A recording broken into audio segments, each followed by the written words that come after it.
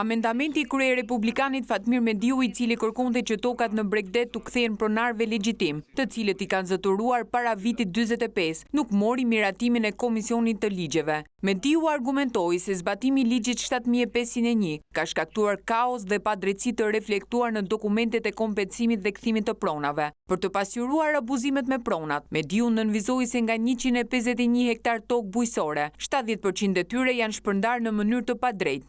Kanë fituar drejtorësia agronom, të cilët nuk kanë jetuar as edhe një moment të vetëm në këto zona.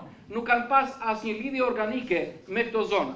Dhe po ju them që ka një fakt shumë të rëndë sot, që një pjesë e madhe e sipërfaqeve të tokave bujqësore janë rrëmbyer nga këta të ashtu quajtur specialistë, nuk kanë asnjë interes, i cili po të bëjmë në një analizë të thjeshtë të drejtë për drejtën pronësore, duke parë dhe politikat që janë ndjekur sociale të konsideroja, mund të përbënde një fond të kompensimit fizik të pronarëve që do ta ulte shumë faturën financiare.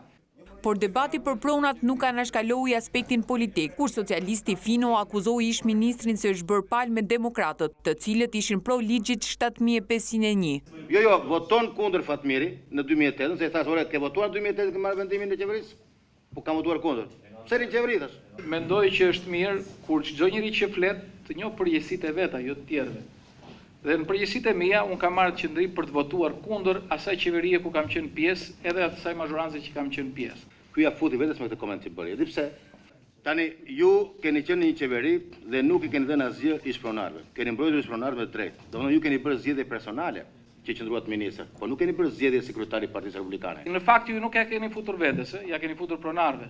Ky është ndryshimi ndërmjet njëri tjetrit. Relatori Subashi, duke ju referuar amendimit të ligjit të pronave në vitin 2009 nga mazhoranca e djathtë e asaj kohe, theksoi se ndryshimet atëhershme në ligje kanë zgjidhur që në ato kohë shqetësimin e Mediut, ndaj kërkoi rrezimin e propozimit të krye republikanit.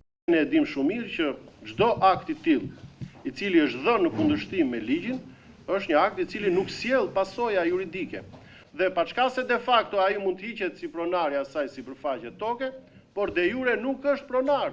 Demokratët mbështeten në votim aleatin në republikan, por edhe pse vota e opozitës nuk pati peshë, Tahir Muedini, ndryshe nga qëndrimi i kolegut të tij Dashamir Tahiri, i cili ka etiketuar propozimin e Mediut strategji greke, votoi pro.